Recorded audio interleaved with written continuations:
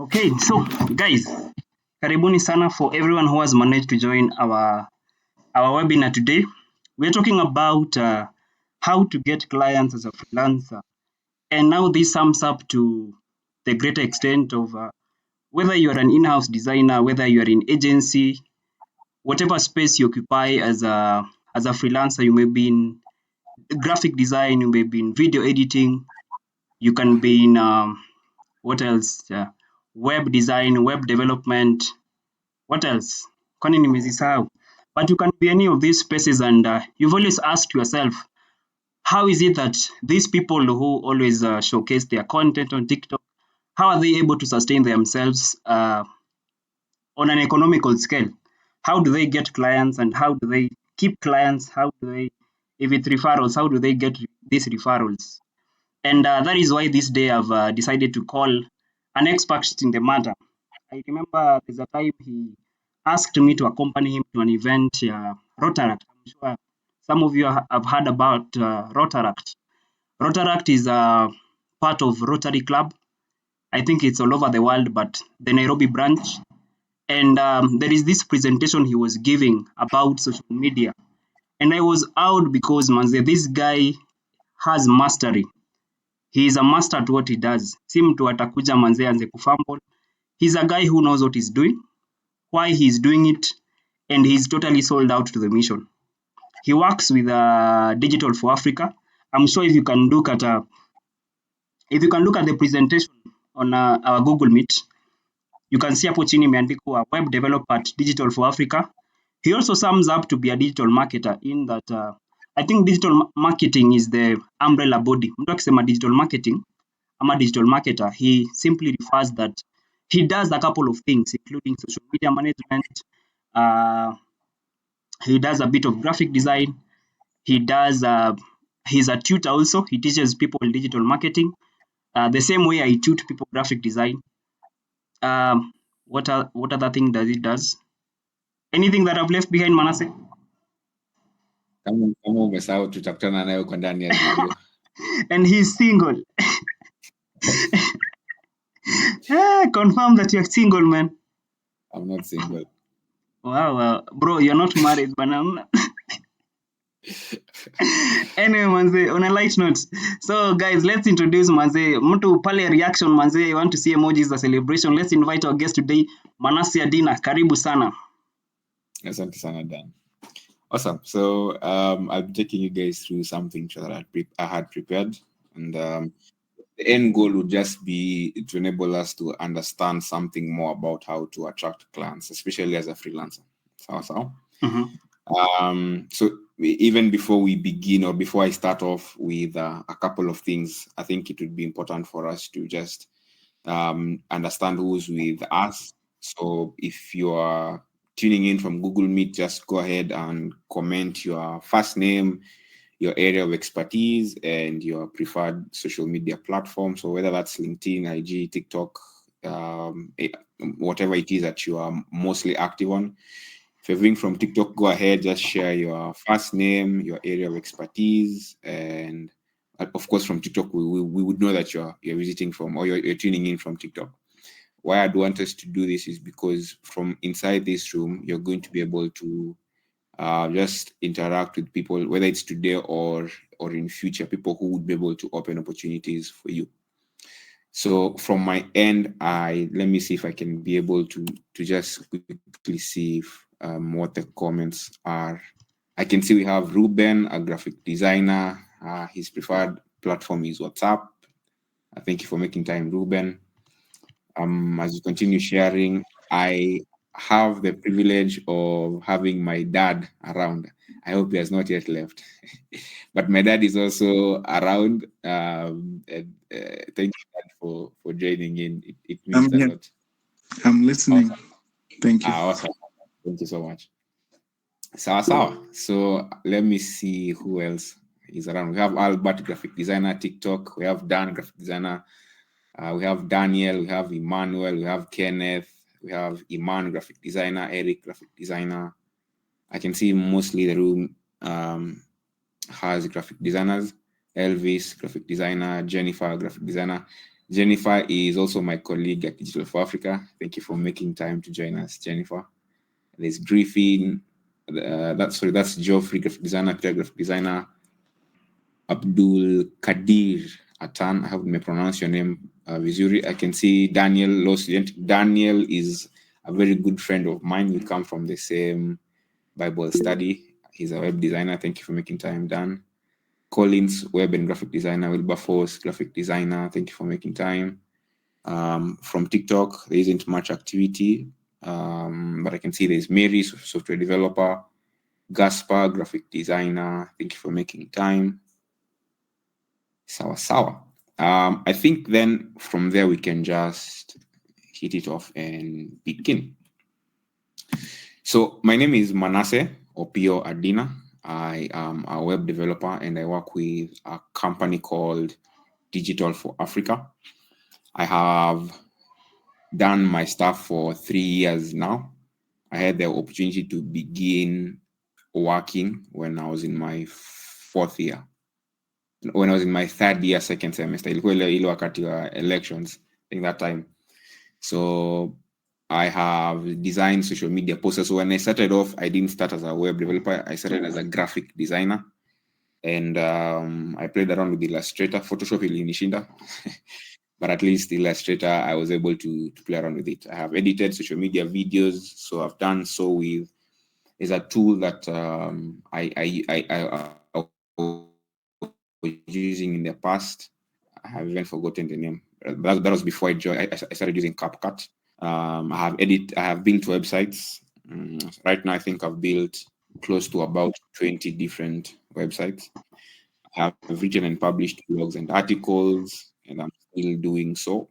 I have built a couple of automation workflows, and I'm still going on. I'm still very young, so my career isn't even at its peak. As I mentioned, I work for a company called Digital for Africa. Digital for Africa builds websites, performs gigs. We do website maintenance. We offer AI solutions. We train digital marketers. We train web developers. We train people on how to use AI tools and how to create AI automations. We train people on how to perform data analytics. So much about the company, you can be able to always check it out when you visit the website. That is digitalforafrica.com. So for today's business, we will just start it off. Feel free to take notes if you are a note taker, and feel free to listen in if you prefer to be like Mary in the Bible. So from my TikTok account, I have, I think, about 6,900 followers. I have about 240K likes. And I also put out some what is it, how can I call it? An analysis of how my account has performed for the last 365 days. So roughly a year, I have been able to achieve a total of 1.4 million video views, 18K profile views, 135K total likes, 4.4K comments, and 2.7 shares. However, out of all these numbers, I have never closed a single client from any of my social media platforms. So I can't really say that I have gotten a client from TikTok. I can't say that I've gotten a client from Instagram. I can't say that I've gotten a client or a job from LinkedIn as well. I think on Instagram, I haven't really grown that much. I have maybe about 1,000 followers, nothing more than that. Yeah. So the reason as why I'm showing these metrics and this information is because I wanted to make it very clear from the start that visibility does not always equal sales. Visibility is just visibility. So the fact that you have, and by the Dan, I'm very jealous of you. You know, I started creating content before you, and now you have double my followers. So, in as much as you may have followers or you may have visibility online, they don't always necessarily equate to sales. Okay. And this is because your audience sometimes doesn't really care about who you are. They don't really care about what you have done. But everybody will care about what you can do for them. Because when they're watching your videos, when they're reading your articles, when they're interacting with any of your materials online, they're always asking themselves, what is what's in it for me? What am I getting by listening to Dan? What am I getting by listening to Manasseh? Okay. And in my years of experience, I've been able to understand that audience or customers or clients online are always following you for only three things. That is either entertainment, education, or inspiration. Those are the three main things that people look for online. So even yourself as an individual, when you're scrolling through TikTok, you're either looking for a funny video, you're either looking for an educative content on a particular field, or you just want to feel inspired and motivated. Nothing else. So then the question becomes, why then do we spend all this effort and all this time creating content and sharing them online? Why do we post these videos? Why do we build these websites? Why do we design these social media banners and posters? The reason is that visibility, in as much as it may not 100% guarantee sales, it 100% guarantees authority. And this is what I mean by that.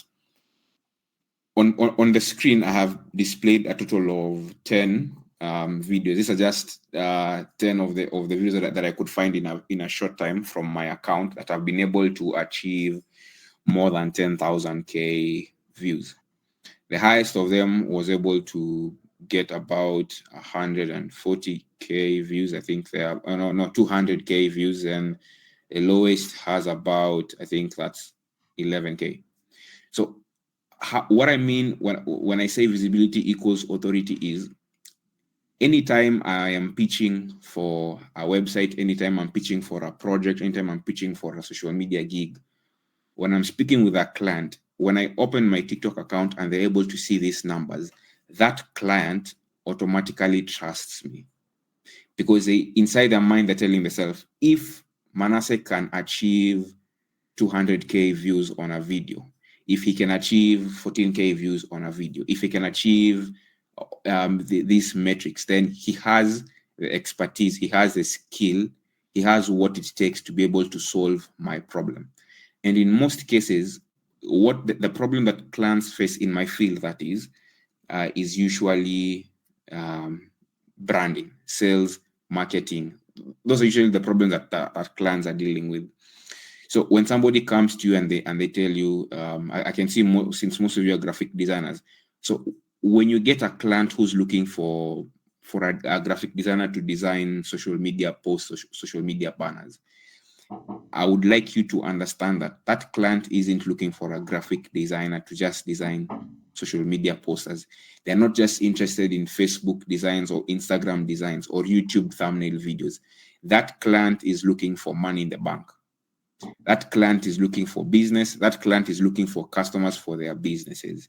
So in their mind, they will tell themselves that for me to be able to have money in my bank, I need to sell. For me to sell, I need to attract customers from Facebook. For me to attract customers from Facebook, I need to be able to post. So that is now why they come to you as a graphic designer, to be able to design for them social media banners. But it is very important that you understand the main reason as to why that client is knocking on your door. It's not because they're looking for banners. They are looking for money in the bank. So it's up to you as a graphic designer, as a web developer, as a software, whatever role it is that you're doing, it's up to you to be able to ask yourself, how can I translate my skills and expertise into money in the bank for this customer? The day that you'll be able to achieve that level of realization, the day that you'll be able to start implementing that kind of activity is the day that you will never worry about where you're going to get clients. So what I mean by that is, give value first.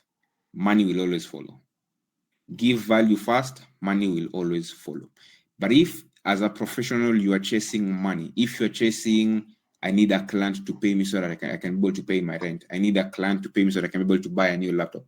If the main motivation and driving factor inside you is money, then you will always run around looking for that money, and you will never get that money. Or every time you get the money, you will never be satisfied, because you'll always be looking for more money.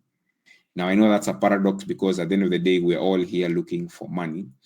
but I'd like you to understand that there's a difference between running around like a rat chasing the next cheese and being able to sit somewhere where you can be able to attract those clients. Is a very big difference. And I hope that by the end of this, I hope that by the end of this call, I'll be able to at least help you understand how. I think somebody has unmuted them. You can just mute so that we don't have different devices. Sorry about that, Manasseh. John, please mute your mic. Yes, thank you. And also, there's someone else who had shared their screen. Please, let's give the speaker conducive time so that we can get the content. Thank you. Manasseh, please, you can continue. Thank you. So, on my screen, I've been able to display two different columns. One of them is going to be able to show you, one is going to display sales content, and the other one is going to display valuable content.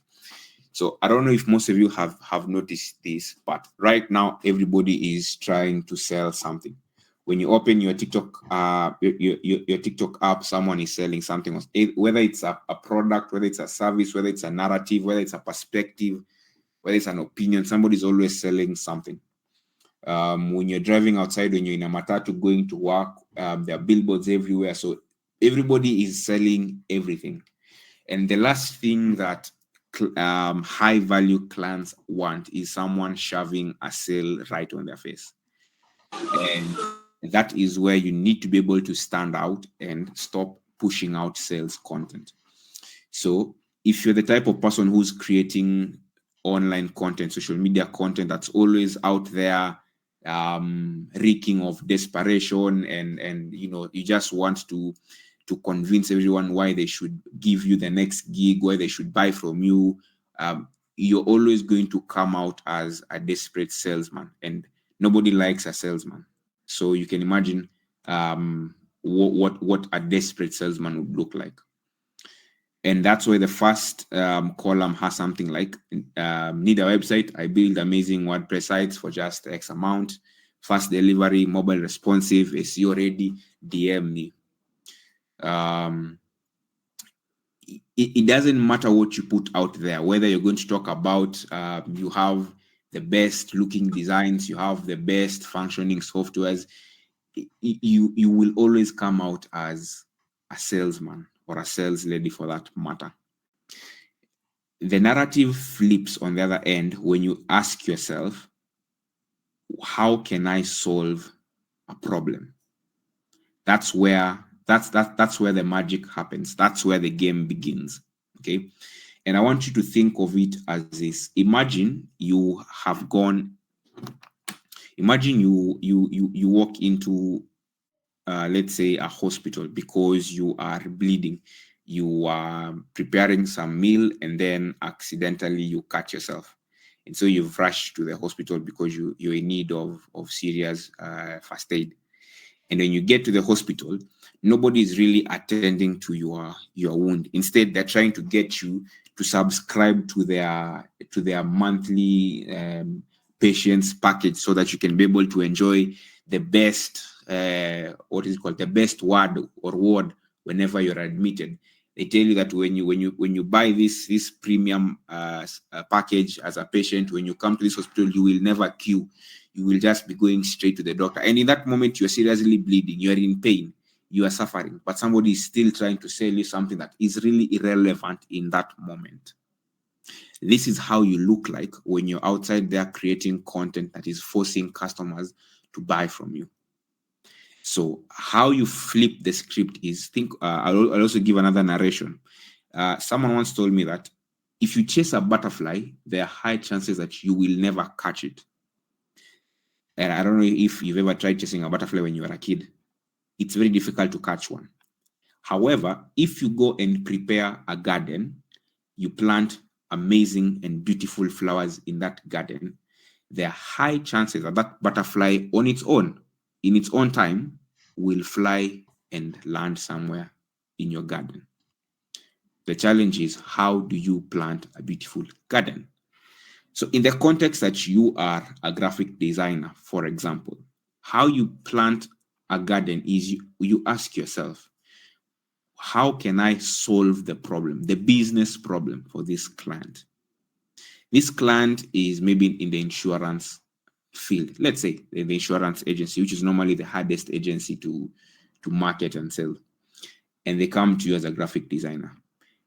It would be in your best interest for you to design banners that are communicating the value of loss, or the amount of loss that one would be able to incur without an insurance policy. You see, if you talk about that this agency, let's say this agency is called Dan Insurance Agencies. If you design banners that say Dan Insurance Agencies is the best agency in Kenya, we have the best insurance policies, we offer quick claims, nobody really cares about that.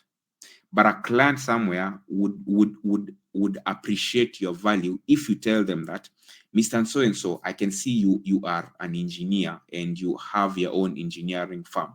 Have you considered buying, or have you considered protecting your business in the event that you are sued by your customers because you designed a building's blueprint that was used and the building collapsed?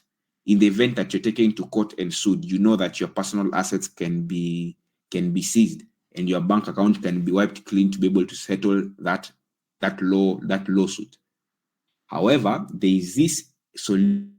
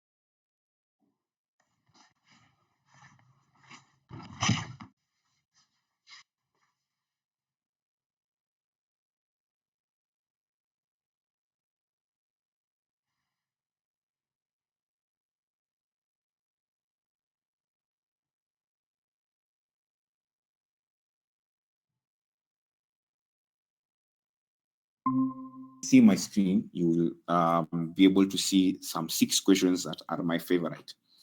I know if Jennifer is still listening, she understands how much I value these questions. Allow me to just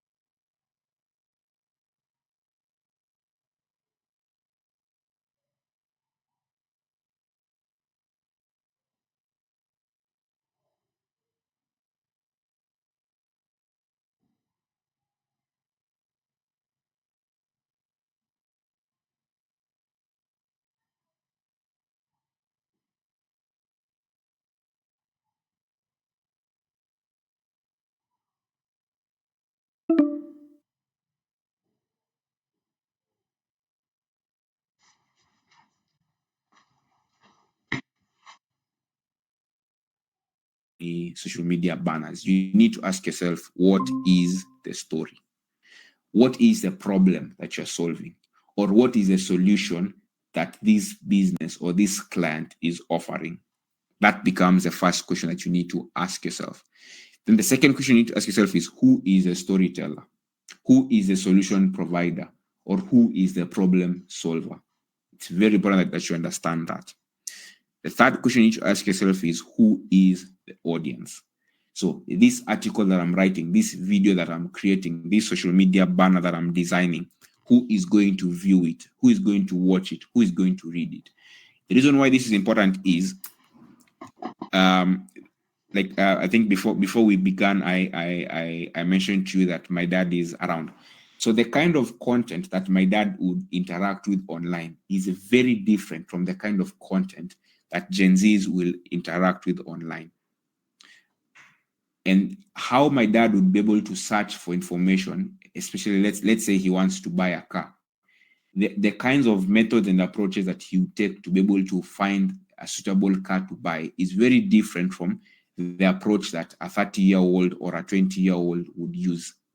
So it is very important for you to identify the audience that you're speaking with so that you can meet them where they are.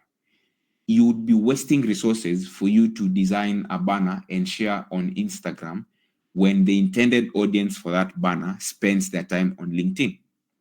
So for example, you are advertising for a job, or you work in a recruitment agency. You are a graphic designer who's designing banners for a recruitment agency, and they are advertising for a web development position.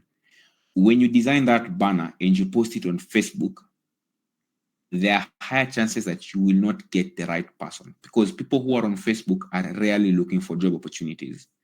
However, people who are on LinkedIn are always looking for job opportunities, and vice versa. If you're a graphic designer designing, or if you're a web developer, or you're creating content, let's say you have an artistic brand such as a tattoo shop, creating content for that tattoo shop or that piercing shop and you post it on LinkedIn would be a waste of time and resources. Such kind of brands would do well on Instagram. So it's very important for you to understand who are you speaking to. Then the fourth question is, what do you want them to know? That audience that you have identified, what do you want them to know? If you are selling a solution to a problem, what exactly do you want them to know about that solution? The fifth question is, how do you want them to feel?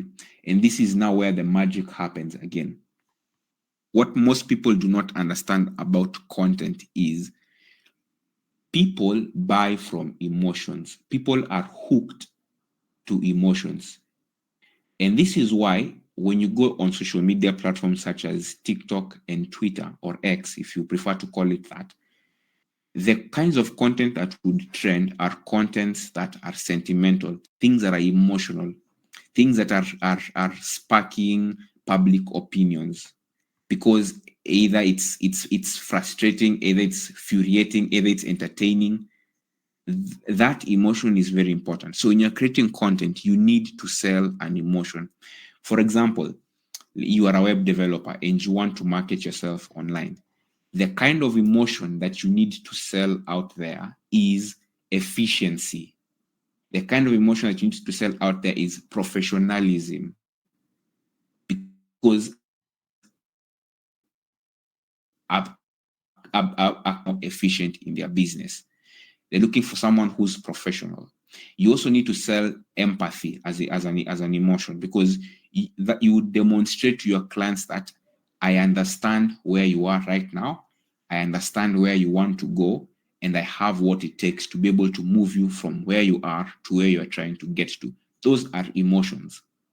Sawa sawa.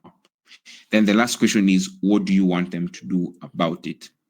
And this is, I would say, this is the most important question out of all these six.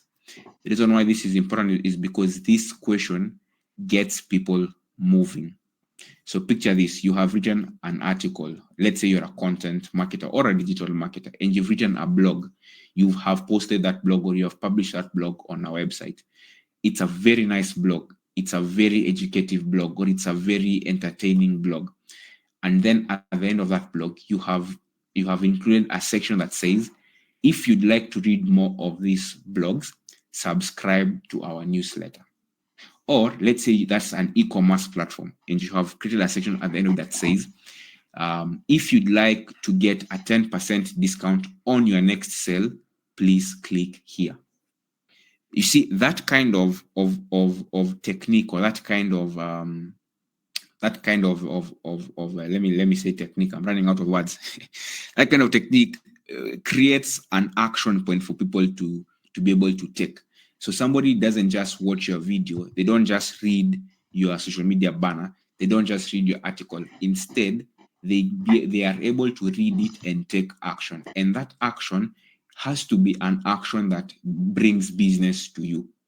When I say business, I don't necessarily mean that they have to bring money or they have to buy.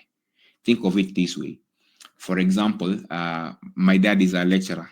He's a professor a professor from Rongo University. So let's say he has his own personal blog where he's trying to just put out content there as a well-established academician. At the end of his blog, let's say because I'm looking for the best word. He's a sociologist. So let's say he's creating a content for the top 5 best courses to take in the art faculty. At the end of such kind of an article, he can put a segment that says, if you are trying to enroll for a university course and you're not sure on how to go about it, I am available for a 30-minute free consultation, and I'll be able to guide you on the necessary steps and the necessary information that you need to know to be able to make an informed decision. He hasn't told anyone to enroll in a course. He hasn't told anyone to buy anything. He has simply offered an action that a user or a reader or a possible customer or client can take, which eventually can result into business. So that's how I need you to look at it. Moving on. More skills equals better clients. And this is what I mean by that. Since most of the people in the room are graphic designers, I would challenge you to upskill, because at this point you are only viable, or you can only attract graphic design gigs. You can only design banners, you can only design posters, you can only design logos and brand books. And that's where you will be limited. Because right now, even if at the end of this call, you were to text me and tell me, Manasseh, can you help me with acquiring a gig or a job? You see, I could have 100 jobs, but if those jobs do not require a graphic designer, then there's no way I can help you. But think of yourself as a graphic designer who can design everything from a social media banner to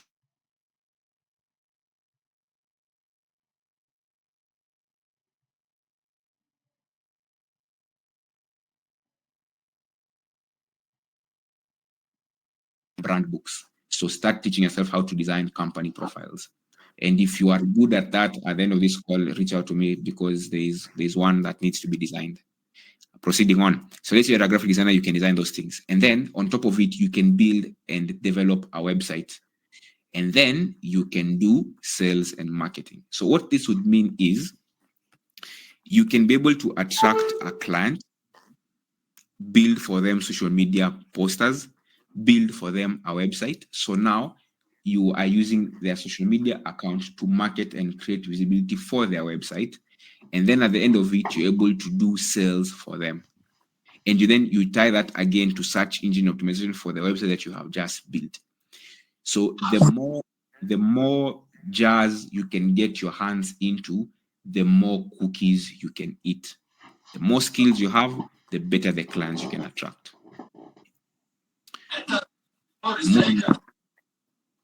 I know the main objective of this call was to be able to guide you on how to attract clients as a freelancer. And most freelancers are used to doing gigs. However, I'd want to challenge you to start thinking about how to build a business and not just a side gig. And this is what I mean by that. As an individual, do you have a portfolio? Because high-paying clients, and by high-paying clients for a freelancer, I'm referring to SMEs and corporate organizations. By SMEs, I'm referring to a business that has, for example, maybe existed in the market for about 5 to 10 years, and they are selling products or selling a service. So such kind of a business, they would be very keen and interested in getting into business with someone who can demonstrate to them what they're capable of doing. So if you're a graphic designer and you come to me, for example, asking me to help you get a gig or a job, the first thing that I'll always ask you is, can I see what you have done? Because I cannot trust you to recommend you or refer you somewhere if I'm not sure on what you can do. And it's the same that a client somewhere or a business somewhere cannot trust you with their money and their resources if you cannot prove to them that you're able to get the job done. So a portfolio is able to quickly demonstrate that. In about a minute, I'd like to show you how my portfolio looks like so that you're able to see that I am not just preaching water. Instead, I am drinking it. If you're able to see my screen, this is a web portfolio that I'm working on. So I have a PDF and I have one for our website. So in the past, I used to rely on the PDF portfolio a lot until recently when I felt like it's tedious. It's a lot of work for me to be able to edit the PDF, as opposed to having it on our website where I'm able to just quickly add, because it's dynamic, and from there I'm able to just move on with it.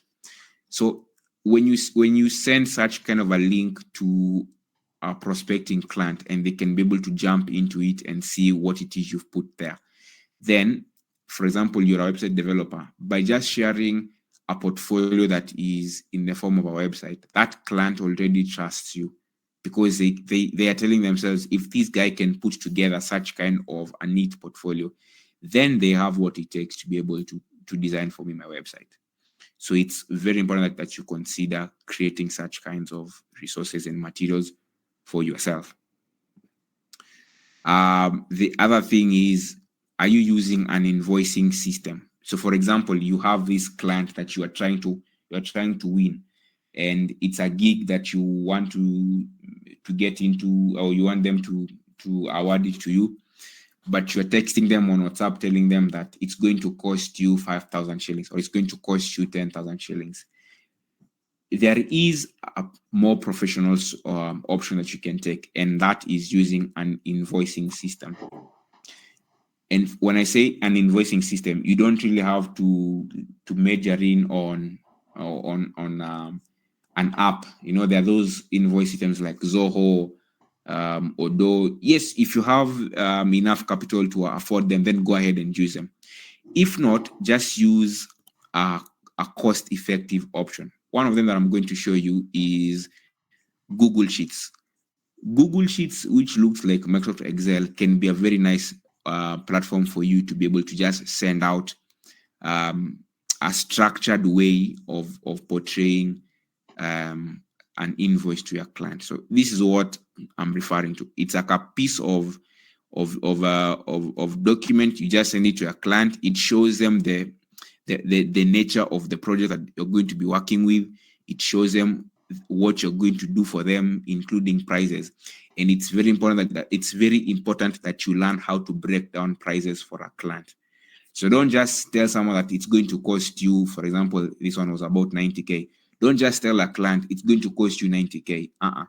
Break it down for them. Tell them for something called keyword and market needs research, I am going to charge you 10K. For something called a brand book and logo, I'm going to charge you 15K. And you can see here Nilandika outsourced, because I outsourced this thing to Dan. So Dan ndio alitengeneza your brand book. So that's how you do it. You create this structure and then you share this structure with your client. It shows that you're professional. It shows that you're organized. And that's how you're able to convince clients that you have what it takes to get the job done for them. The other thing is, do you keep your customers informed as you work? You know, there are people who, when they're given a job by a client, let's say your job inaenda kuchukua 1 week to get it done. That person will, first of all, speak to the client, they will get the job. And the next time that they're going to speak to the client is when they're sending that material 1 week later. Now you can imagine if you're a software developer or if you're a website developer, you have been tasked to develop a website or a software. These things can take even more than a month. And you only spoke to the client when you guys agreed and signed a contract. And by the way, if you're not signing contracts with your customers, that is very dangerous. Please start signing contracts with your customers. So the only time you spoke with them is when you designed the contract. When they paid you money, you acknowledge that you have received the money and kazi imeanza. And the next time you are going to speak to them is when you are sending the final material a month later. So in between, the client does not know what you're doing. The client does not know the progress. And it was a part of maybe the client is a team of people. So they are asking themselves, or they're asking mwenye alikupatia hiyo kazi, kwani ile job inaenda aje? Ile website inaenda aje? Ama ile logo inaenda aje? So it's very important that you keep your customers and your clients informed. And how I normally do it is very simple. I create a WhatsApp group and I add everyone who is involved into that WhatsApp group. I am not sure if I can show you. Najua naweza fungua WhatsApp yangu na vitu zingine vituko ndio zitokee huko. But let me see. So this is, no, that's not the one. This is the one. So I have a WhatsApp group that we speak with the clients, and you can see we are always talking. Nikifanya kitu, I text them. Nikifanya kitu, I text them. So they're able to see whatever it is that I am doing. And this text, for example, I told them all the tasks that I was able to achieve, and then I'm telling them the next steps. So client anaona, there are 4 things that have been done, and then they're able to see the next 7 things that they should be expecting from me. That is what I mean when I say communicate with your clients. The other thing, you use checklists for efficiencies. For example, you're building a system. And for this case, allow me to use our website because that's where my expertise are. So you're building a website and you know very well that for you to start, you need to perform a keyword research, followed by a market research, followed by a design research, followed by an implementation where you now build the website, for example, followed by testing, followed by maybe deployment. So those are 6 items roughly. The list is not perfect, but we can use them for demo purposes. So you need to have a list that shows all these things that need to be done so that, and this you do it, you unafanya hata before once of the project, so that from the start you have clarity on what it is you're going to do. Then you move step by step. Unaanza na ya kwanza, keyword research. Ukimaliza, tick, songa to the next thing. And ukisha tick, ambia client, I have done this. If possible, meet with them and show them what it is that you have done. Move to the next thing, market research. Fanya, piga tick, ambia client, I have done the market research. This is what I have found. Present to them, move to the next thing. Design research. Look for design inspirations. Find one. Chukua hiyo. Share with the client. Tell them, I have these 3 options. Which one do you prefer? So that you don't move to the next thing. Alafu client anakuambia hii kitu inakaa venye najisikia na mimi sitaki. So create those checklists. Then the other thing, do you keep track of deadlines and timelines? Ama wewe, from the moment you start the job until the end, you are just moving by the grace of God. You are not even aware when the project started. You can't remember when the project started, and you're not even aware when you should finish it. You need to be able to keep a track of these things, especially if you're in the field that takes quite some time to deliver a project. This is important because you can challenge yourself to complete it even much faster. And in case you didn't know this, I want you to understand that in the field of web development, software development, and even graphic design, the faster you take to complete a job, the more money you take, or the more money you make. Think of it this way. You have charged a client 10,000 for a job, and then you take 3 days to finish this job. Then the client pays you that money. So I work with a model where I will charge you a deposit first, 50% deposit before I begin. So the job is 10K, you've paid me 5K. you need deposit. I do the job in 3 days. After 3 days, we meet, you approve the job, and then you pay me my balance for 5K. So in 3 days, I've made 10K. That is scenario 1. Scenario 2, it's the same project, same amount of money, 10K. Nimekulipisha the deposit, which is 5K, and then I take 1 week to get the job done. So that means I have made 10K in 1 week. If you take the average of that, it means piga hiyo hesabu uone how much you're making in a day. So why it's important for you to understand your timelines and deadlines is you need to push yourself to finish these jobs as fast as possible, because speed equals money. Ama time is money. So wahenga wakisema time is money, they are not lying. Time is money. Then the last thing is, do you solve problems related to your primary scope? What I mean by that is, picture yourself as a web developer, for example, or let's say a web developer. You get a web development project. Umeitengeneza, imeisha, done. Umetumia client. So you've sent them the link, the domain link. It is maybe https ama www.dan.com. Hiyo ndio domain ama website ya client. Kazi ni safi, imeisha. Have you done SEO for that website? Have you built an email, or have you integrated an emailing service for that client so that umweke ile kitu ya info@dan.com so that they can use that to send emails to their customers? No. You see, someone might think of that as, you need extra work, I don't have time for that. But I look at that as extra money. Because if I build for your website, it's good. If our agreement was just a website and nothing else, then I can do for you SEO, because that SEO results into more customers. And we picture it this way: you build a website for a client, and your website inamletea 10 customers every day. 10 customers every day.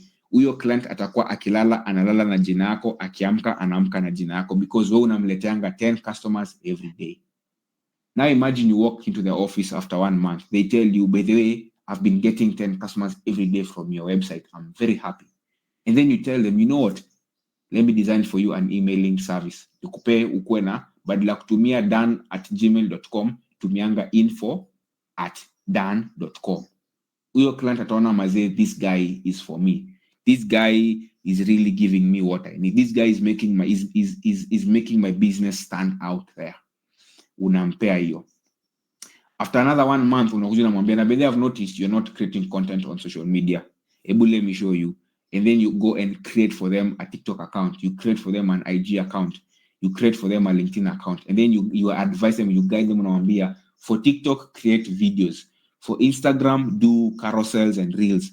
For LinkedIn, do long form content. And then you guide them, unamfanyia for 1 week, and then unamwachilia. That client will always respect you. That client will always appreciate you. And that client will always refer you to other people. So that will lead me to the next thing that I wanted to talk about today. If you are struggling to attract clients, I want you to only do this thing for the next 1 or 2 months. Focus on this thing. Prioritize it, kabisa. I want you to find one client or one customer, and I want you to service that customer like the world is ending, and that is going to be the last customer that you will ever get in this life. Service that customer to the level best until your customer akilala analala na jina yako. That customer will always bring you people. They will always bring you clients. And you keep doing that. You keep doing that for every single client that walks in your door. You will never, utawailala njaa, even venye Dana anasemanga, utailala njaa, because clients will become abundant for you. So now, moving on to the next thing. How do you then use modern technology for you to stand out in your field? And right now, artificial intelligence is the talk of the town. Everybody's talking about it. And it's a very interesting thing that you can consider, especially as a graphic designer. It's very important. As a software developer, it's very important. As a web developer, it's also very important. One of the things that you can use AI in is in sourcing for market gaps. What I mean by market gaps is, and this is how you can achieve it as a graphic designer. Let's say you're working with a brand. There's a time that Dan, I think, nilikuwa naona ulikuwa una post vitu za macho. I think it was maybe what is the word for a business or watu wa macho? It's an eye clinic. That one. Yes. Awesome. So how you can use AI, and by AI, don't even think of complex things. Just think of your everyday ChatGPT or Gemini or Claude. I want you to go to that tool and tell that tool, I'm a graphic designer and I have skills in Adobe Photoshop and Adobe Illustrator or Canva. I have recently acquired a client who's running an eye clinic in Nairobi. This client expects me to build or design for them social media banners. I would like to design intentional banners that not only attract customers, but position this business as a thought leader and a brand authority in the eye clinic industry. What are the existing market gaps that have not yet been exploited or are not fully exploited that I can leverage on and implement from tomorrow? Run your prompt and then uone kenye AI itakupatia. So that is how you start using AI to stand out as a professional. The other thing is headhunting for potential leads. And by this, I'll do something like, kama sa mimi, there's a time I really wanted to work at Inchcape. If you're inside this meeting and you know anyone who can give me a job at Inchcape Kenya, please, kuja tu tuongea after a meeting. So there's that time I wanted to work at Inchcape, and then I even designed a website for them, a demo website. However, I never got the job, and I never even got an opportunity to be interviewed because I could not get through the door. Niliingia kwa hiyo office yao akaniambia, hey my guy, without an appointment itakuwa ngumu. So there's this trick that I learned last week, which I wish I knew back then. And this trick is very simple. Just go to your AI. And for this, I would recommend you use Grok. If you're in this call and you want to use AI, here's a bit of a tip that I would like to give you. There are so many different kinds of generative AI models. We have ChatGPT, we have Gemini, we have Claude AI, we have Grok, we have Perplexity, Kunele, DeepSeek. So there are so many. Personally, I have used majority of them except DeepSeek, and I would recommend two. The first one is I would recommend Claude AI. Claude is spelled as CLAUDE. And second one, I would recommend Grok. Grok is spelled as GROK. The reason why I would recommend these two tools is, one, Claude is very, very smart. Claude will think. Claude is a problem solver. Grok is connected to the internet. So even on the free model or the free version, you're able to access real-time information. The reason as to why Grok is a real-time model is because Grok is built into X, Twitter. And Twitter or X is the only platform in Kenya right now, and kitu inaweza fanyika sahi, and in the next 5 minutes, iko hapo. Or in the next 1 minute, iko hapo live. So Grok is built into Twitter. Grok understands everything that is happening on Twitter. So it is a very nice tool if you're looking for up-to-date information. So I would go to Grok and I'll tell Grok, I'm looking for a job opportunity at Inchcape Kenya, and I have built for them a website demo, which I'd like to pitch as a freelancer web developer. Who do I know within my social media networks that works at Inchcape Kenya? Or who do I know within my social media networks that knows someone who works at Inchcape? And how can I connect with them so that they can link me up to the individual working at Inchcape? Run such kinds of prompts. Alafu uone kenye AI itakupatia. Third one, research for solutions for your clients. So for example, there's a time I was given a task to write an article for an insurance agency. And then the task was to write an article for a policy in inaitwa professional indemnity. Now, I am a web developer. I can build good websites, but I don't sell insurance. And I have no clue about what professional indemnity insurance is. But ni client wako na amekupatia hiyo task, amekwambia I need a blog or I need an article and I expect it in the next 7 days. So where do you start from? And if you go to Google, utakuwa unakutana na vitu zingine zenye hata hazi make sense. You know, Google has a way of giving you things that are not even relevant. So the best platform for you to use is an AI model. Ingia hapo kwa Grok ama ingia hapo kwa Claude. Tell it, I've been given a task to write an article on professional indemnity. I am not sure what this thing means. Therefore, I need your help in understanding what this policy is about. So you use the tool for you to understand what that insurance policy is, and then you ask the AI model to give you a list of a target audience, people who would benefit from such an insurance policy. Inakupatia. Then the third prompt becomes, what are examples of problems that these people would face that would require them to have a professional indemnity insurance? So you start using AI to look for solutions. Na mambo inakuwa sawa. The fourth thing, build solutions. So if you're a software developer, start learning how to build websites, start learning how to build softwares and systems using AI.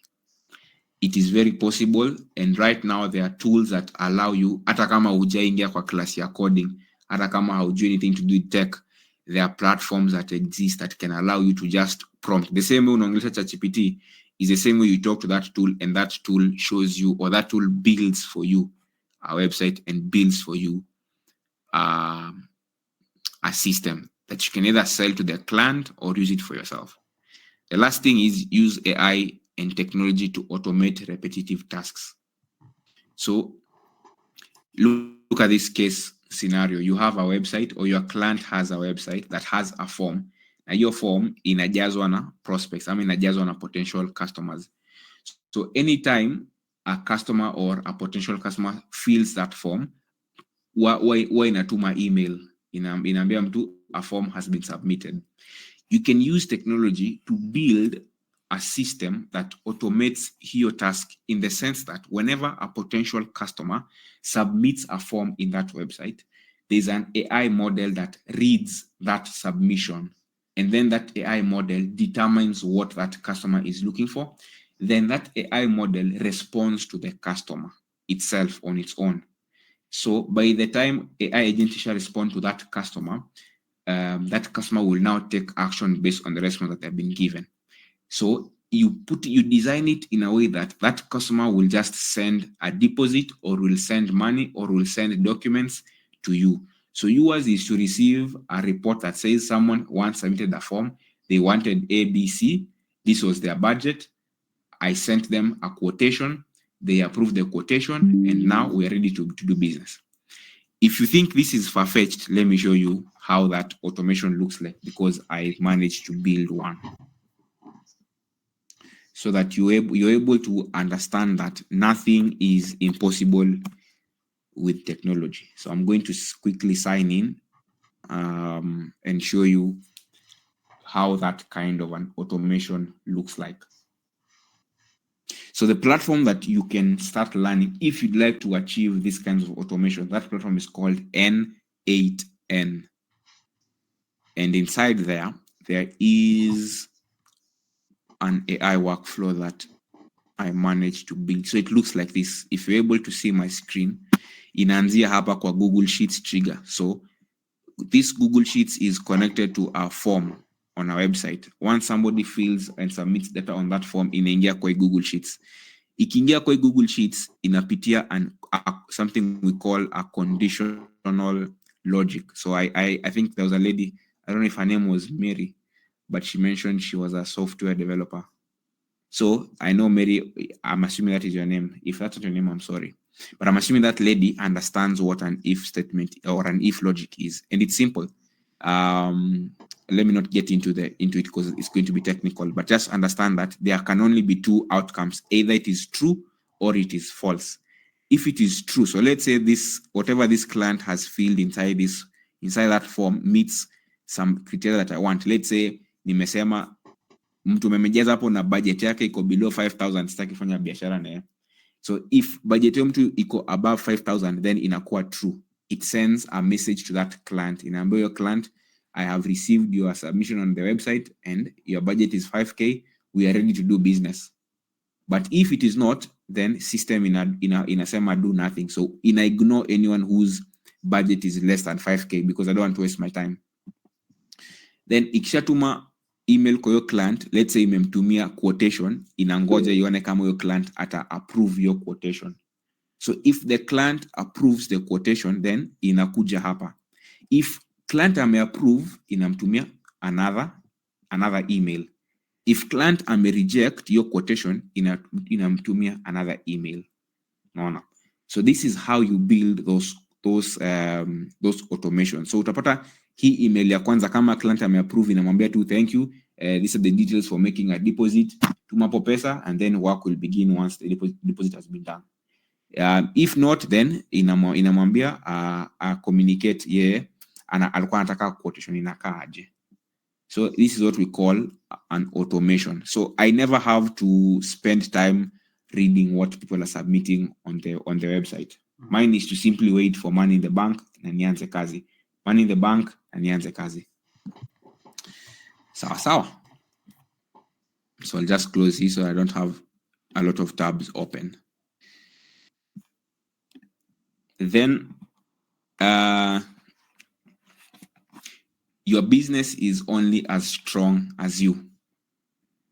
So this is something that I preach to myself and I preach to my friends. And I know most of my friends hate me because I will always preach it to them. Because for me, I believe it's true. What I mean by your business is only as strong as you is if you have no commitment and dedication, then your business will be weak. If you have no discipline, your business will be weak because you will not have the discipline to serve your clients. If you have no skills and expertise, then you will not be able to solve problems for your clients. So your business will fail. So zinaendelea hivyo. If you don't have patience, utakuwa unaboeka na clients, unakasirikia clients, your business will not succeed. So that's why I'm saying your business is only as strong as you. And it is in your best interest to work on yourself. Build yourself. Come out of those comfort zones as a freelancer. It is very easy being employed in a company because you're working in a team. So you only have to do one thing as part of the team. But if you're a freelancer, you have to call all the shots. Wewe ndio developer, wewe ndio sales and marketing officer, wewe ndio accountant, wewe ndio legal officer. So you have to really push yourself. It is not easy being a freelancer. And therefore, you have to start training yourself from the start on how you can be tough. And that will require you to come out of your comfort zone. Learn skills that support your primary skill. So I had mentioned at the beginning, if you're a graphic designer, learn a few other skills. People normally say, you're saying in to come a jack of all trades, but a master of none. Today, I want to tell you the true meaning of that saying. That saying in full inakuanga, a jack of all trades is a master of none, but often better. Inawangaje? Nimesahau. I think I was speaking until nimesahau. But normally it says something like that, but anakuanga often, a jack of all trades is a master of none, but is often better than a master of one. A jack of all trades is a master of none, but often better than a master of one. So having one skill positions you or places you at a disadvantage. Learn as many things as possible. Number 3 is increase your well of knowledge. So if you're a graphic designer, that would mean you are good at designing banners and all those things. But do you know how to deal with people? Can you speak to people. If you're positioned in a room full of people like CEOs, head of departments, managers, can you, and you're given a microphone and 60 seconds, can you speak? Can you influence? No. So those are now people skills, communication skills. Can you manage your finances? Let's say you kutoka leo when upate a gig that gives you about 40K a month. Can you manage that amount of money? So increase your well of knowledge. Read a lot of books. It's very important. Increase your primary network. Unfortunately, we live in a society where it depends on who you know. So who you know ndio inakusaidia. There's this saying inasemanga, your network is your net worth. Right now, I've been invited in this show because I know Dan. And last month, Dan, I was able to deliver a job because I knew Dan. Dan alinisaidia could design something. So from today, if I get any job that requires me to design anything, I never sweat. I know Dan is around. I can link up with Dan and nisaidia kutengeneza. Likewise, Dan knows if he needs to build a website, or if he needs a website built, Manasseh is around. It is in your best of interest to increase that network so that you have a lot of people around you that you can rely on and collaborate with to achieve your goals. Then lastly, help someone whenever you can. It's very important. If you're in a position where you can be able to assist someone, where you can be able to mentor someone, please do so. It goes a long way. I once watched a video online in Konasema. Whenever you're creating content, don't focus on the people who are better than you. Don't focus on the people who are as good as you, because those two groups of people can never help you advance. Instead, focus on the people who are below you in terms of expertise, because those are the people who every day when they open their TikTok account, they are always eager to know what has Dan posted. They're always eager to know what is Dan sharing today. When all is said and done, attracting clients is a lifelong activity as long as your business exists. Aitawaisha, unless you retire or you close shop. But for as long as your business exists, you will always be in the pursuit of clients. Therefore, keep showing up, improve 1% of yourself every day, and always understand that Rome wasn't built in a day. It takes time sometimes, and good things come to those who are patient and aggressive and intentional. That would be the end of my presentation. Thank you for making time to show up today. Unless there's any question, back to you, Dan. Wow. Wapi makofi ya Manasseh manze. Hizo reaction bana. Wow. Powerful manze. Mimi bado na marinate manze in that well of wisdom, that well of information. I've really been impacted. I'd want to give an opportunity to at least 2 people. I want to give an opportunity to a lady and a gentleman to ask any question to Manasseh before we call it a day. And then, after that, I'm sure Manasseh atashare handles zake if we are to get hold of him. But let's first of all start with the questions. I want to give 2 people. You can raise your hand if a gentleman and a lady, I want to give you an opportunity. First come, first serve basis.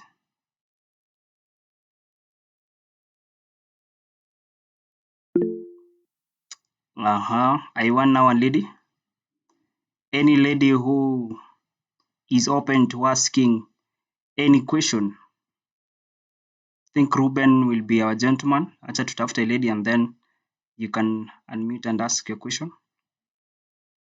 Any lady in the platform who has a question? Okay, not. So if there's no lady, let me give an opportunity to any other person.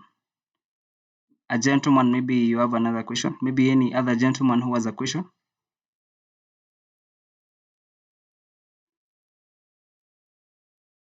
Any other person who has a question?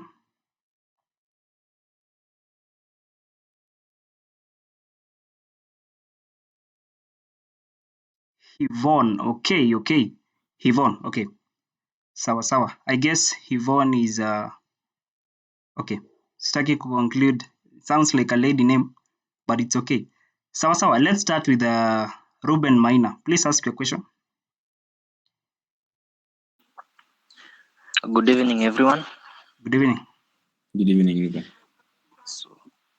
So my question is, how do you deal with clients who you find a client mwenye anakwambia anataka kazi mzuri lakini saa budget yake ni ndogo?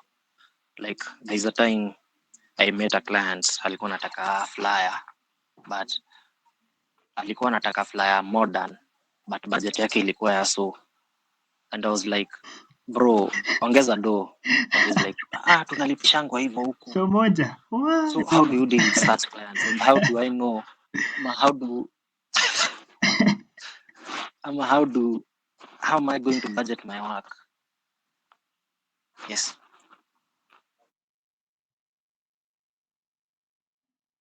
Yes, Manasseh, can you answer that? Sasa maze usoifanya kazi ya so.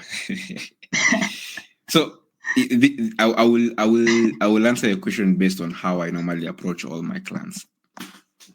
First thing first is whenever we meet, I will tell you my price. And once I give you my price, of course, there will be room for negotiation. And based on that negotiation, kuna mali penye wasiteremke. For example, I mentioned my primary role is a web developer, so I primarily build websites. I do not build websites below 60K. 60K hiyo ni yani niko mbaya ama hiyo website yako ni ndogo kabisa. It's a very basic website, so I never go below 60K, and I never argue with a client. I don't allow back and forth on price. The reason is there is this analogy that I would want everyone to understand from today. There's this thing called kissing frogs that I am very afraid of after the 3 years of experience that I have gathered. I am very afraid to kiss frogs. Unaona your client wa so moja, that client will frustrate you. They will want that design ready after 1 hour. They will want you to change that design 10 times. And for all that work, they will pay you 100 shillings. So I prefer to work with what I call high value clients. A high value client is someone who is not there for the money. They are not concerned about how much it costs. They are concerned about what value are they getting. And that's the mentality that I want everyone to adopt from today. Go for clients who understand value as opposed to price and cost. And the best way to be able to filter these kinds of people is state your price. Like, by the way, kama kuna kitu ufai kuogopa kulipisha, let me use English. Never get scared of charging for your worth. But then you have to know your worth, as in you have to hit your worth 50. So kama mimi sasa penye nimefika, I know my worth and I know I can build websites vizuri sana effortlessly. So I will charge for that website. I will charge you that 80K, or I will charge you that 90K. And when I tell you the cost is going to be 90K, I will ask you for a deposit. And the deposit I mentioned was 50%. Sorry. The deposit is 50%. So the first way of you filtering those clients is never work with a client who refuses to pay a deposit, or a client mwenye anasumbua kulipa deposit, or a client who is negotiating on a deposit. Because the reason is, if that client anaanza kusumbua hapo kwa deposit, there are higher chances atakusumbua kwa complete the project, atakusumbua kwa kulipa the balance. Go for someone who is By the time your client akutafute alijua that anafaa akuwe na pesa ya hiyo kazi. That's the best way for you to handle clients. So for example, there's a website that I'm currently working on. And when I met the client, Digital for Africa as a company, we charge 2,000 USD for websites. Into Kenyan shillings, that's about 230K. Atuendangi chini ya hiyo. Ukikuja na unataka kutengeneza website, we will never take anything less than 200K. So in this client, alikuwa ananijua on a personal basis and akataka kufanywa na kampuni. And I told him the bei ya kampuni is 2,000 USD. Akasema, hey, that's a lot of money. Nikamwambia, I know it's a lot of money. So, but hiyo ndio bei ya kampuni. So akaniuliza, because now we had a personal relationship, akaniambia, now that hiyo ni mingi, see, then we work together. Nikamwambia, kwangu bei naye ni 100. So akasema, sawa. Wacha nijipange alafu nirudi. Akaenda akajipanga akarudi. Na akarudi akasema, hiyo 100 bado iko juu. Itakuwaje? Nikamwambia hiyo 100 hivyo ndio venye iko sawa. The lowest I can give you is a 90, but not anything less than that. Akasema sawa. So I was skeptical about that, but nikasema let me test him. Wacha nimtumie quote, aone quote na niweke the hapo a signature that I will only start working after receiving a deposit. I sent him all the paperwork. That person only asked me for he only asked for the payment details, and he made the 50% deposit. Hata kama hatujonana face to face, because we talked on call. We never met in person, but he made the deposit even without meeting me. So that in itself signaled to me that this is somebody who is serious with work. So Ruben, that's how you filter clients. I hope nimekujibu. Wow. That's a bit in depth. Thank you. Asante sana Manasseh. I hope anyone mwenye alikuwa na similar question about ile client anakuambia manzee niundie poster ya 150 ya 200.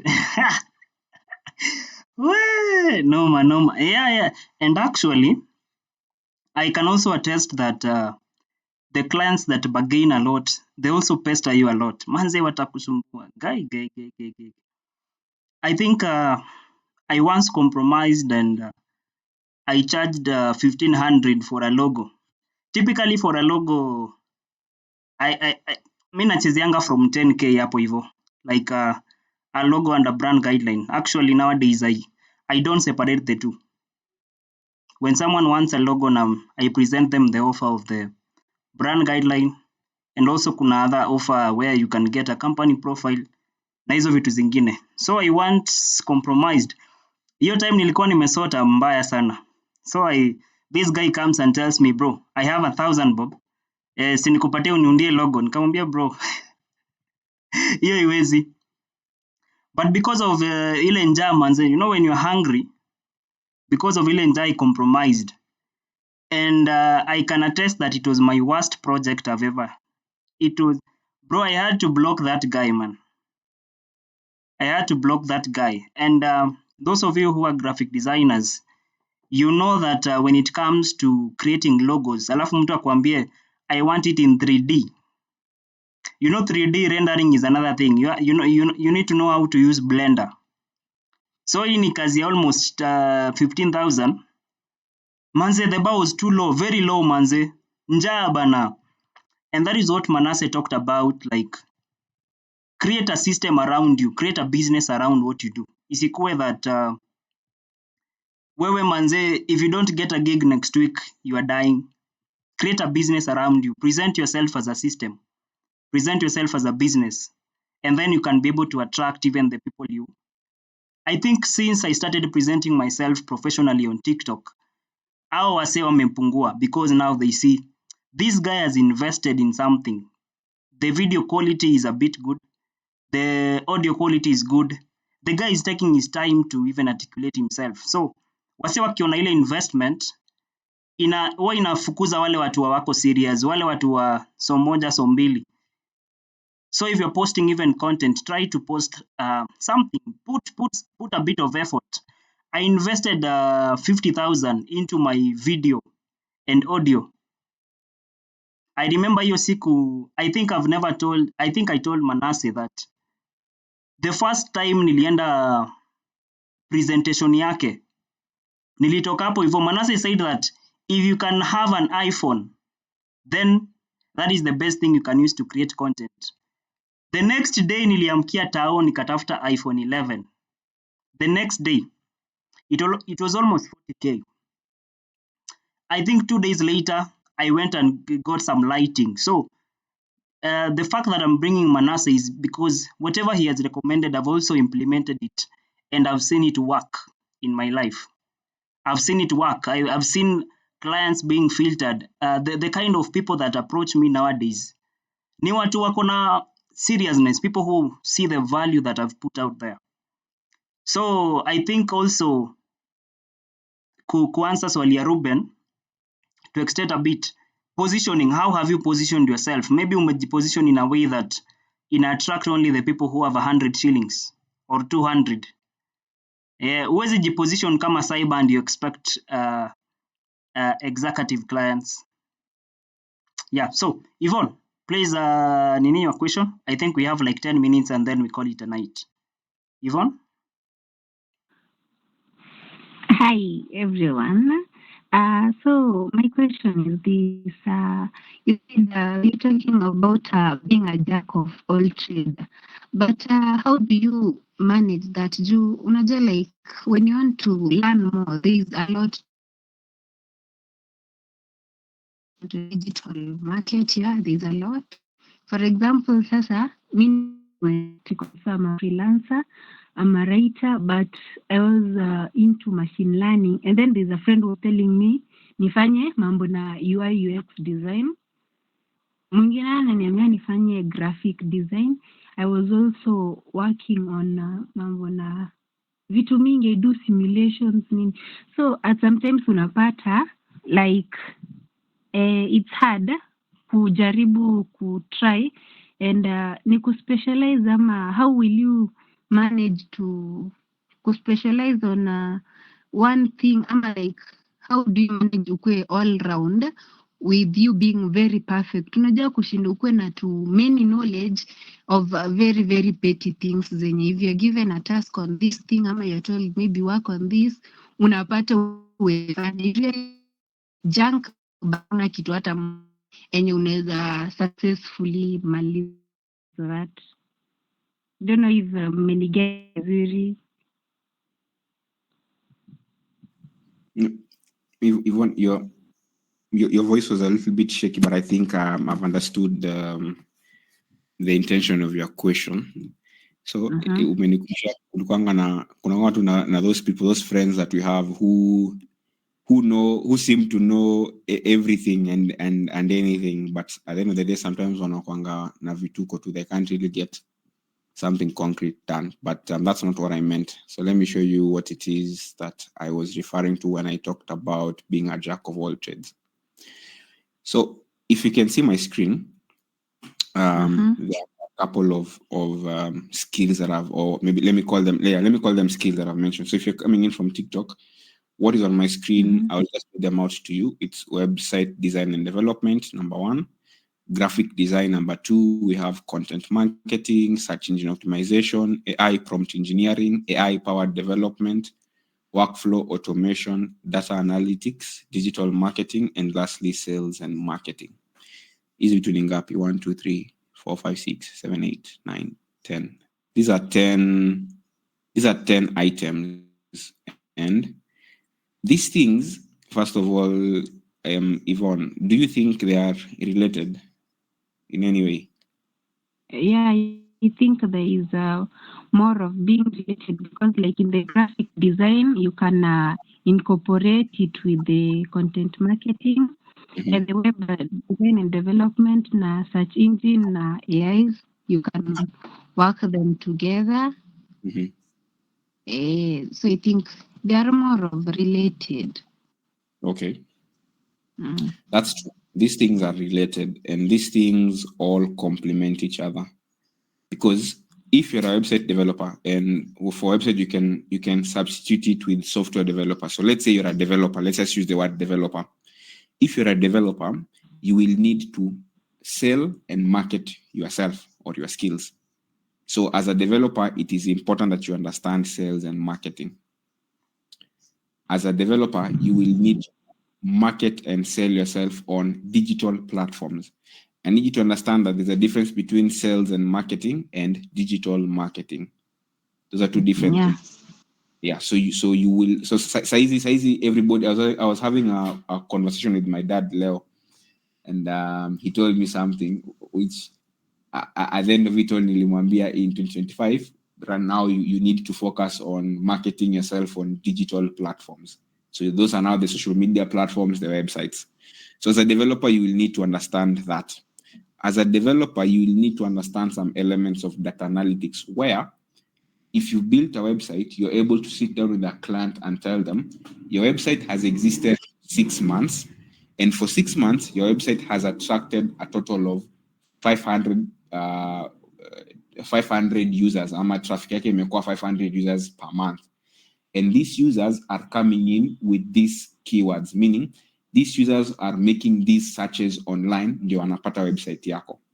And when they come to your website, they are only staying on your website for maybe 2 minutes, and they're only visiting a total of 3 pages on average. That is data analytics. You will have to understand that for you to sit down with the client and demonstrate value to them on the website. As a developer, let's say now come on your website, you will need to do search engine optimization for that website to be able to rank and attract customers. As a developer or as a digital marketer, because you may build a website and you are now doing digital marketing for it, you will need to understand content marketing, where you now write and publish blogs on that website or create videos for social media. As a developer, right now, it's important for you to understand AI-powered development. So what I really mean is you need to identify complementary skills. So your primary skill is development. Now find complementary skills that you can learn and master that will help you understand a wide array or a broad spectrum of your skill. Because saizi mimi, I'll be honest with you right now, if a client walks through my door anataka website, mimi will smile because najua hapa ninaenda kukamua vizuri, naenda kufinya. I know there are so many aspects naenda kuchezea huko vyo. So that's what that's what I mean, Yvonne. Many get. Yeah, I think I've got you. Nile like, okay, me, I'm an electrical engineering student here. So like, unaona sasa huko like nilikuwa, so like I was like trying to learn more into this. So I was in machine learning. I was deep into it, but you see, kama machine learning itself, it's already wide.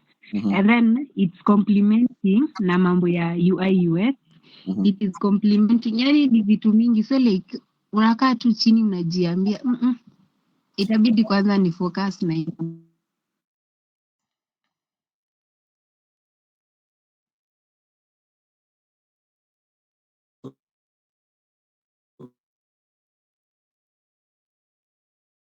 your challenge is in identifying your group of skills, because according to what I know, I don't see the direct relationship between machine learning and UX UI. Those are in two different scopes, kabisa. So utakuta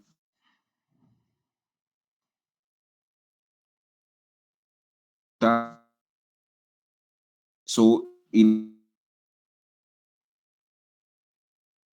to plug in a USB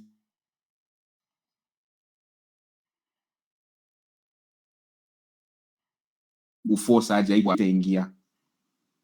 So for your case, if you want to learn UX UI, then you have to learn something like graphic design. You have to learn marketing, because I'm asking myself, you're a UX UI designer who may build a mock-up for an app. So your app, your mock-up, you're going to have to find a way of selling it. Learning a skill that you can't monetize is a waste of time, because your skills like ikusaidii, inakuwa tu like ni mawe unajaza kwa mfuko ukitembea nazo. So machine learning and UI UX UI kidogo sioni venye zinaingiana, unless mi ndio siko unless I'm not well informed. But then again, you've mentioned you're an electrical engineering. So electrical engineering, machine learning, UX UI, I think you're stretching yourself in the wrong ways. Get? Okay. Machine learning nilikuwa naifanya juu ya project, so after hapo I had to continue with it. Kitu kama hiyo. So for you, maybe what I can say is you may need to sit down and then just think of where it is you've reached so far, and what's lying ahead. So kama bado unasoma electrical engineering, is that something you want to pursue in the long run, ama unamaliza tu degree na uingie kwa stories zingine? So for you you have to do some thinking around there, so that you sit down and identify skills that you want to spend your time into learning. Otherwise utakuta you're going to spend a lot of time, and then at the end of it hakuna value yenye umepata. Wow. Asante sana Manasseh. Thank you, Yvonne. Okay, so allow me, because of time, allow me to give an opportunity in case there is someone else with a question. Can you please type it hapo kwa comment section if you have a question, so that we can see if it's something we can handle sahi, ama I think of a way, ama I come up with a way of how to handle it. If you have any other question or have a supplementary question, just please type it up. Okay, Jairas is saying, where can we start as new members? I have interest in graphic design. Okay, nice question. So Jairas, let me just text on the, is it the comment section, Napo? Let me text my WhatsApp number. I have a class that is oncoming from August for graphic designers. Okay, now umefanya nika nini kitu ambayo nilikuwa nimekanyagia. Yeah, so Salsa is saying the AI apps you recommended. The session has been recorded. I will share the link, so you can just go through it and upitie zile vitu amesema zote polepole, because now akianza ku explain he will have to go again what they involve hizo vitu zote. But I remember alitaja Cloud AI, alitaja Grok AI, alitaja ChatGPT, and then aliguzia DeepSeek. So kama kuna mtu okay, let me just type them for you now that nimeona ni kitu yenye Grok AI, ChatGPT, and then DeepSeek. There. I've also typed my WhatsApp number there. If you're interested in learning graphic design kama venye huyu mtu ameuliza. Okay, Mary is asking, does he do mentorship? Also, I would have loved to know how he packages, and I will want to know his social handles. Okay, thank you. I will give him a chance in a minute. Someone else is asking, can you learn the web design and graphic design? Yes, absolutely, Maxwell. That is what we'll be doing from August. We have a session for graphic design, and then we'll have one for web design. So tunamaliza ya graphic design, and then mmefanya nimefichua vitu ambazo nilikuwa nimepanga huko mbele. Yeah? But it's okay. Maxwell, you can text me on my WhatsApp number. I will give you the direction of how we'll be able to do that. Lewis is asking, is it okay to approach a client physically to ask if you can offer your service to them, and where do you begin? Okay. Any other question? I want us to combine all the questions so that our guest can answer them pamoja, as we call it a day. I want us to combine all the questions. how to approach clients. How do you do it apart from through social media platforms? Anyone else? Anyone else? Anyone else? Anyone else? Let me see. What is Lewis's question? Is it okay to approach a client physically? Okay, okay. Any other question? One more person? Sitaki kufungia mtu nje manze, because this is your time. To Adina, if you could go back to your first year as a web developer, what would you do differently? Oh, nice question. Ndio na dive into website development. Great. Manze, msifichie swali kama hizi manze. Last question, so that our guest can answer them.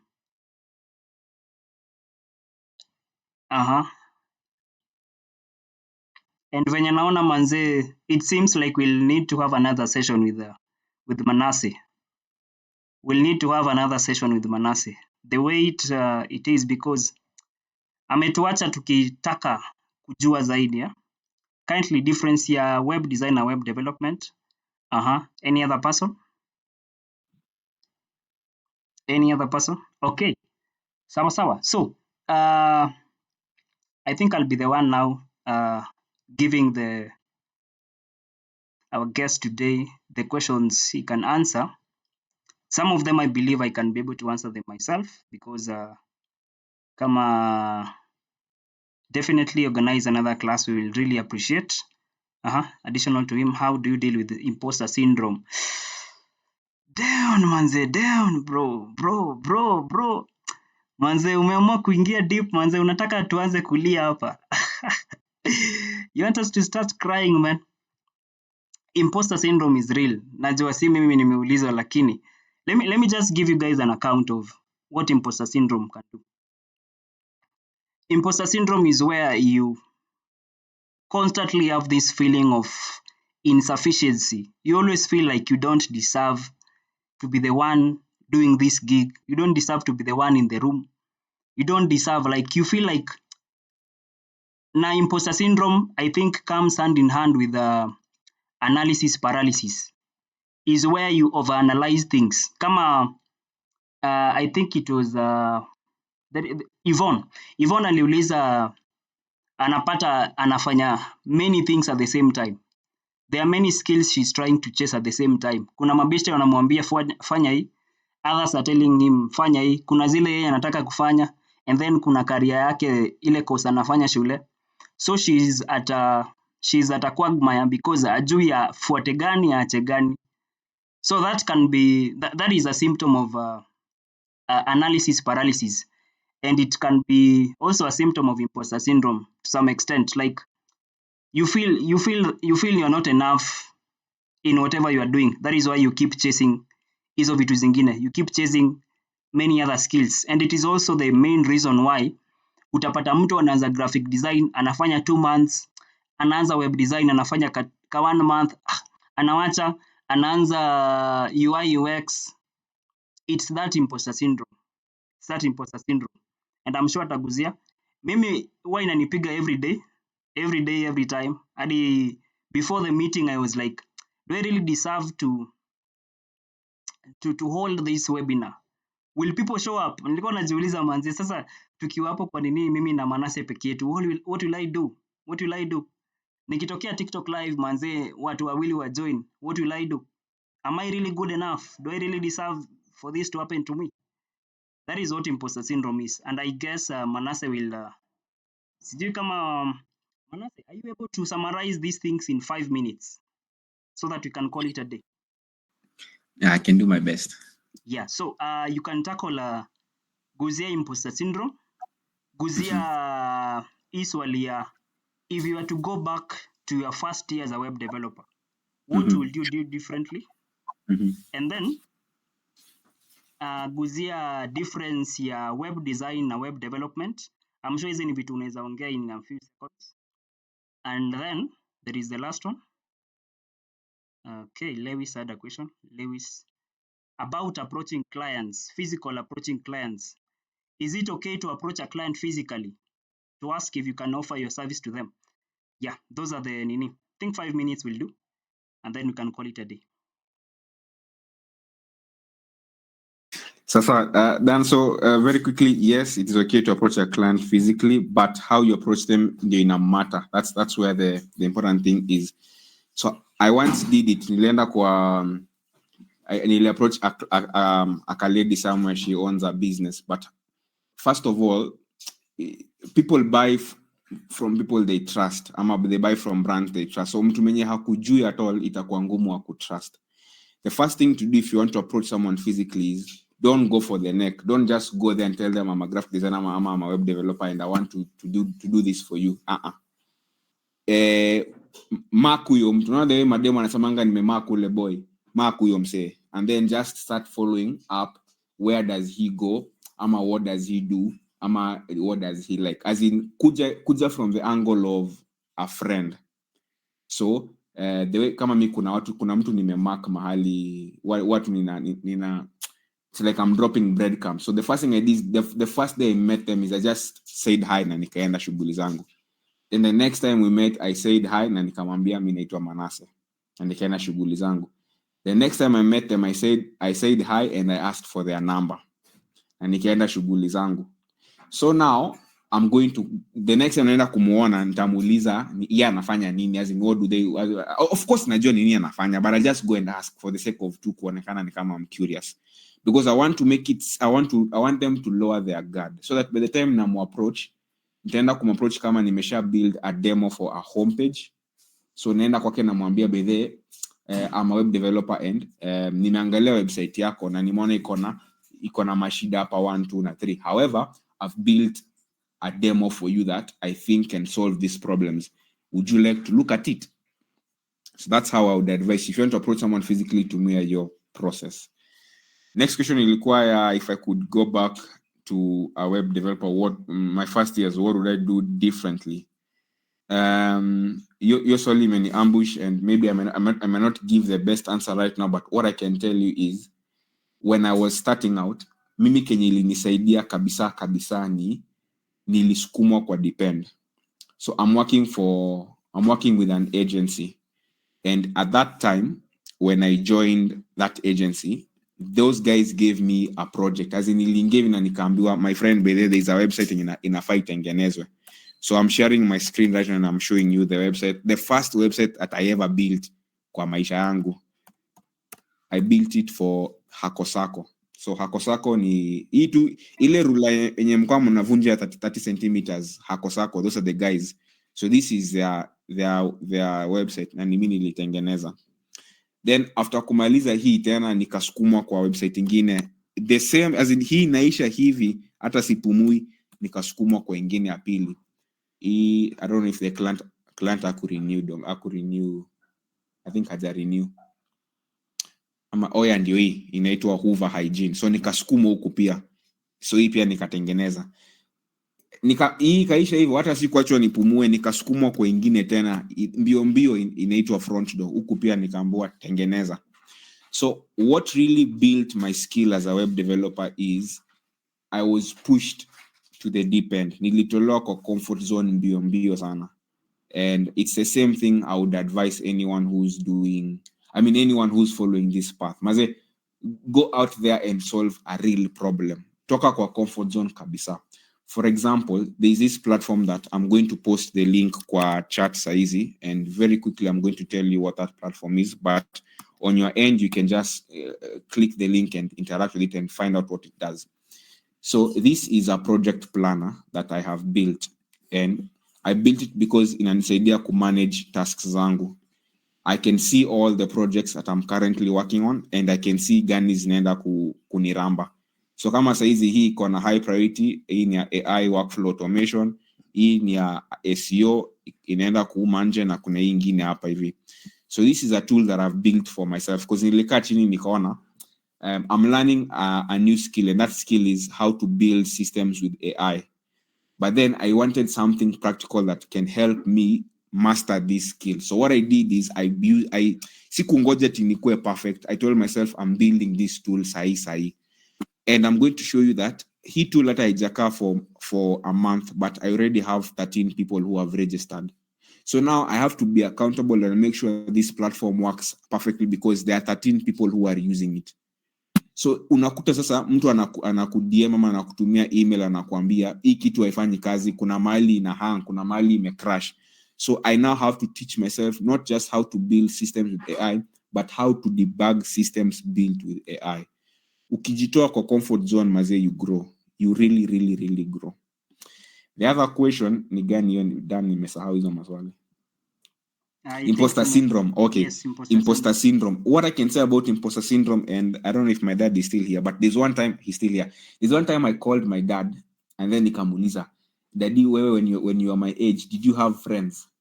And then he laughed. At time he laughed. So when alikuwa anacheka na mimi I was on the verge of collapse, but at time I was on the verge of collapse because I was telling myself, how did I get here? Huh? First of all, I am really struggling to show up in the office kwa sababu natoka Kenyatta Road huku close to Juja, ninaenda Westlands, and you know how Thika Road is messed up asubuhi na traffic. I have to be in the office every day, and nikitoka kazi inaisha 5 but kuna line hapo tao, so siwezi enda kupanga hiyo line. Now I have to stay in the office, line iishe ndo nirudi home. By the time that happens, nimetoka kwa ofisi kitu kama 8 ama 9. It's about 1.5 hours to Kenyatta Road. So nafika kwa nyumba 11 nikielekea midnight. Nimebeat. Naingia kama nimezima. Sasa hiyo ikapata kama pia I was going through a very personal challenge. Si mnajua tu Nairobi na hii mambo yetu ya watu wenye nilikuwa nimechapa character development.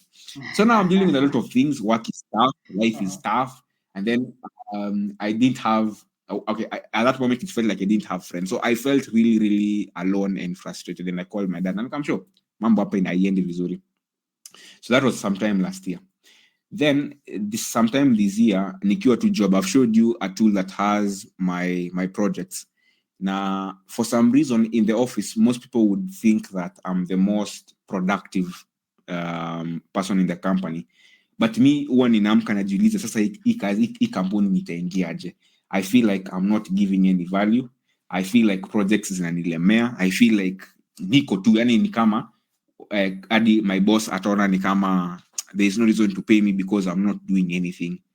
So imposter syndrome will always come. However, what I want to tell you is anytime you have imposter syndrome, it simply means that you have stepped into an environment that you have little experience and expertise about. So it's not, imposter syndrome should not bring you down, should not frustrate you. Imposter syndrome should signal to you that you have stepped out of your comfort zone and you are growing. So take the opportunity to appreciate yourself for coming out of a comfort zone, and take the opportunity to motivate and encourage yourself that you are going to make it. You're going to grow and adapt. The same way you'll outgrow your comfort zone now can step out, is the same way you're going to learn and adapt. So don't let imposter syndrome bring you down. It's a sign that you're growing. What was the other question? Dan, nikumbushe. Yeah, umezijibu zote. Okay. Wow, thank you. Also, actually, hapo kwa imposter syndrome, well, we can all relate, man. Like every time you put yourself in a place where you are forced to grow, it's like imposter syndrome ni kama wewe ni bladder. It's like you're being stretched to limits zenye. So you're asking yourself, am I really enough? I can really relate, manze, and thank you for sharing your experience, manze. Umefanya, at least tumeona we are not the only ones. We are not. Sometimes we think, manze, am I the one with a problem bana? Ni mimi niko na shida. Do I need therapy? Do I need to heal? And thank you very much. And also, as we conclude, the last thing, Manasseh, I'd want you to share your details with these guys in case they want to reach out to you, Manze, because you've really impacted them in this 2-hour session. Umewajibu vitu zenye, and you've even exposed some things zenye they had never even known. Maybe some of them never knew about Grok AI, Cloud AI. Maybe some of them didn't know how to integrate these things. Maybe some of them didn't know about conducting themselves as a system. So I want you to please give them a way they can reach you. If you have a platform where you mentor these guys on the same thing we've talked about, if you have a platform, maybe social media platform where you talk about these things, please, this is your chance to sell yourself. Anything else you may want these guys to know about you or about something you offer, this is also your chance. So I think 1 minute on your side to. So done. Thank you. I think I'm reachable on Instagram, TikTok, and LinkedIn. What you need to do is just go and search Adina Manasseh or Manasseh Adina. Always in Ikosa. You'll find me there. However, if you'd like to come and Mary is asking for mentorship, just text me on my WhatsApp. Nimeka number hapo hivyo. However, I can see there are about 40 people in this call, so I'm expecting a lot of people are going to reach out. So usikasirike if I don't reply you tonight, but I'll be able to respond to them. Nitajibu tu, I will answer. So my contacts ziko hapo. You can also just DM either for DMs, DM on I think on Instagram or LinkedIn. I'd find you easily as opposed to TikTok, and then we can be able to talk. Someone has asked me how much I charge for my first website. Hiyo nilitengeneza 2024 na nilipisha 32k, but hiyo ilikuwa kitambo. But that's it. That's how you reach me. Wow, thank you very much, Manze. Above all, I thank God, Manze, for allowing us to have this fabulous session. The session has really been impactful, Manze. Wapi makofi ya Manasseh? If you are there, Manze, let's react to Manasseh, Manze. Let's give him his flowers. Thank you so much. Asante sana. So, Manze, thank you guys, Manze. That was our session. I was pretty nervous before the session because it's my first ever webinar.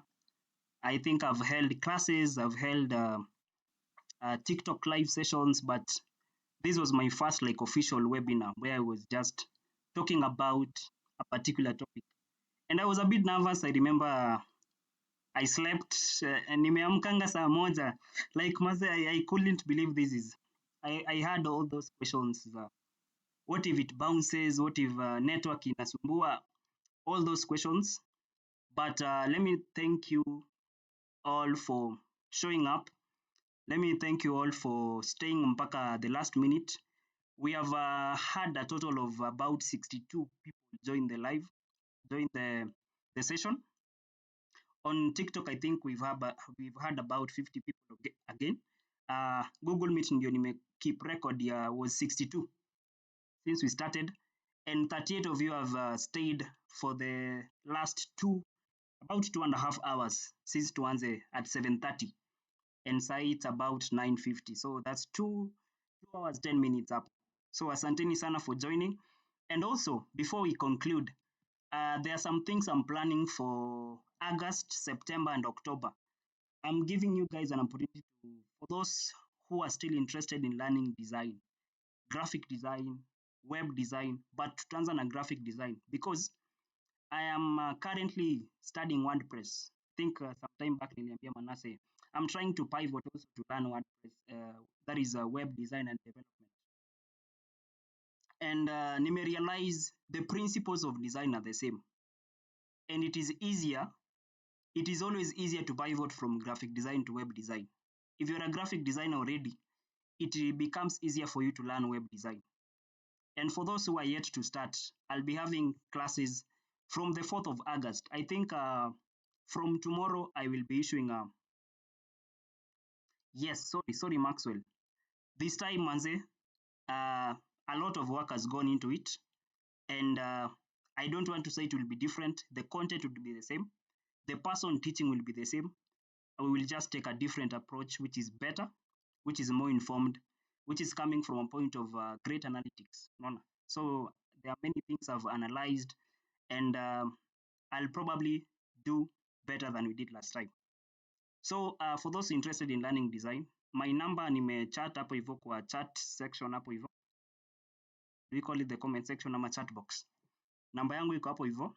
If you're also not in my community, if you're not in my WhatsApp group, I have a Telegram channel. I also have a WhatsApp group yenye nimetengeneza recently yesterday, and it is for those who are going to partake of these webinars. We'll be having them often. If God wills, I'll try at least we have them once every Saturday kama hii, but isipoenda venye tunataka, we can put them at least twice a month, so that we can keep learning from each other. We can keep learning. I'm also organizing for physical events around, for those who are in Nairobi Metropolitan, for those who are around Nairobi, Kiambu, Kajiado, Machakos.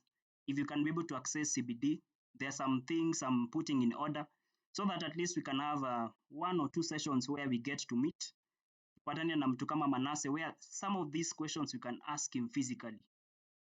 So those are some of the things I'm planning for the months of August, September, and October.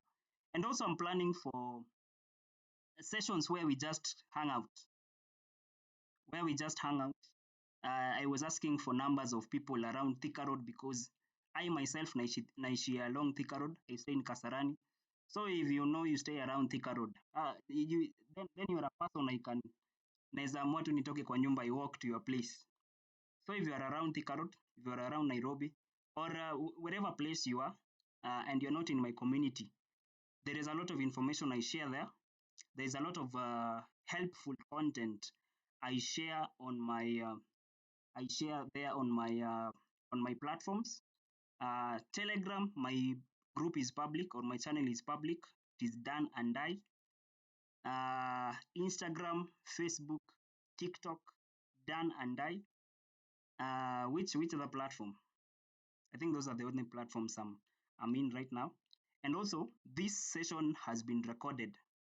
The session has been recorded, and I will share it in due time. I think I'll go through it kesho jioni, and then by Monday morning, it will be up on my YouTube channel. I will share the link so that kama ukwa the session ikianza, you can go through pole pole and internalize.